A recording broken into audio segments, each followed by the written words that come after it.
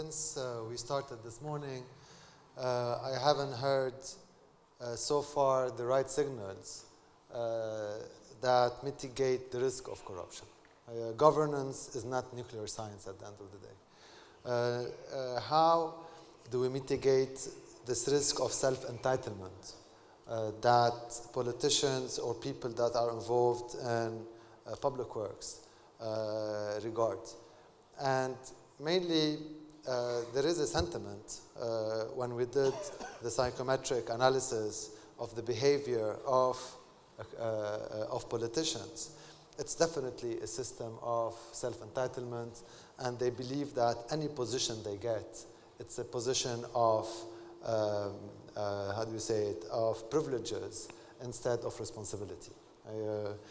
And I noticed, because that's what I do, I listen. And the word responsibility is in every other word that Mr. Hervé mentions. In our case, in the Arab world, at least from our research, it's privileges. How do we know that the nomination process of Al-Majalis al-Baladiyya will produce people that have the skills and experience that can definitely develop strategies that can differentiate a municipality from another and have its own economic identity that would allow it to compete with other municipalities and to take its socioeconomic position among 300. How do we make sure that the system of checks and balances will not allow related party transactions, will not allow conflict of interest, and most importantly, how do we make sure that certain clauses do not end up in contracts? For example, one of the cases we worked on, we saw in an oil and gas concession contract that has to do with seismic studies, there's a clause that allows the minister to allocate $45 million to a consultant. These $5 million ended up in the pockets of his best friend, who has a consulting firm. Obviously, these $45 million ended up in his pocket with a small discount. This is how the work it does. The good news of our research is there is no corruption that will not be caught. And every corruption case, we know how the money is being stolen. We know how the money is being moved. We know how the money is being hidden. We know how the money is being spent. And there is no problem in catching a thief, especially a self-entitled thief who does it in such a vulgar way. And that's another issue that we have to take in consideration. Again, is how does the legal system allow this to happen? Right. Why aren't these people ended up in prison? And we feel that the judicial system has to modernize in a way. And this is, we've noticed it across all the board when we interrogated judges to ask them about specific corruption cases in that respect. And most probably these judges did not send these files, what we call in Arabic, ila taftish al-markazi, because if they end up doing something like that, their promotion or their career will stop. So it's a really complex system that will not allow countries in the region, like Lebanon, like Tunis, to progress to anything modern, specifically because of these bad practices. But also we've seen this very common behavior in the private sector. So when we did something called the governance and integrity rating of listed companies on 1,486 listed companies, we realized that 15 out of the biggest companies in the Arab world are Tunisian companies. Out of these 15 companies, only 3 discloses a minimum information to protect what we call shareholder democracy. The remaining 12 got an F. It means on the Tunisian stock exchange, 12 of the biggest Tunisian companies, because most probably are the 12 companies, they don't feel they need to disclose any information to their shareholders. which is basically similar to what we see in the public sector, where there is no disclosure of any information to the public either.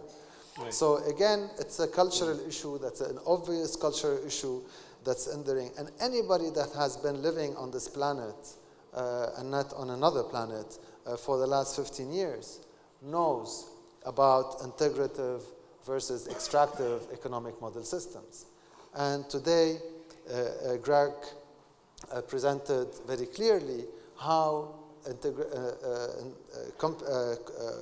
nations that use an integrated approach to economics or economic development, where it's a bottom-up approach to decision making, they work.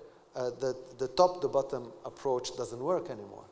And again, it is there to centralize decision making at the top of the 300 municipalities that will be created. They will block information from the rest of the population. They will not take at heart the needs and requirements of the private sector, which is the driver of any economic. If anybody reads Robert Kaplan on the Atlantic, or at least looked at the emergence of Dubai or Singapore, you will see that they have built their own economic model into pleasing the private sector, to the point where Dubai, you have two legal systems. One that is at the DIFC, which is commons law, and another legal system offshore, which is civil law. How can one country have two legal systems? Basically because they spoke to the British and the Americans, and they said, the only reason we would come is if you create for us a free zone where common law rules, and there is specialized courts that we can work with. So again, not to be lengthy, one is the modernization of the law. Two is making sure that checks and balances are there to mitigate the risk of related party transactions and conflict of interest. The nomination process of anybody that will have responsibility has to be done through a very clear mechanism that will allow only those that have the skills, because a municipality is not about managing money only, and this is wrong. You know, there is the urbanization.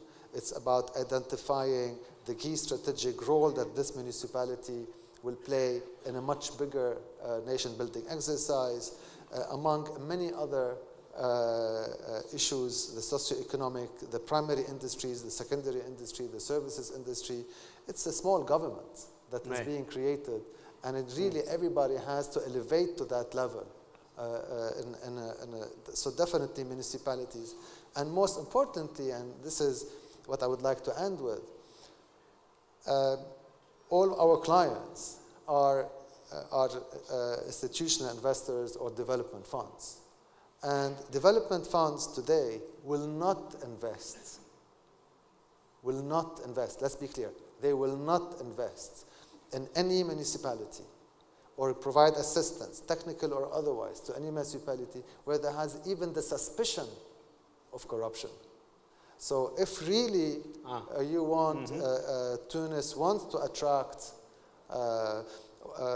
investors, they have to really comply with best-in-class practices and start thinking right, because now the thinking is wrong. And it's not self-entitlement, it's not privileges, it's responsibilities. Thank you. Très bien.